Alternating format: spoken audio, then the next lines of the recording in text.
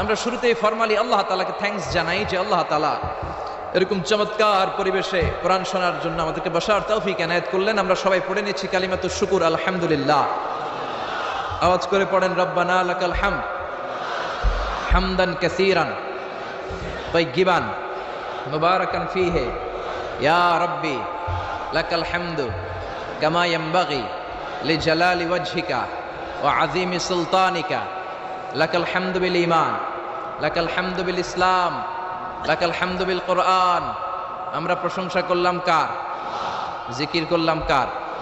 আল্লাহর নামটা জপতে কেমন লাগে? আল্লাহর তার সুন্দর নামগুলো ধরে ধরে ডাকতে কেমন লাগে?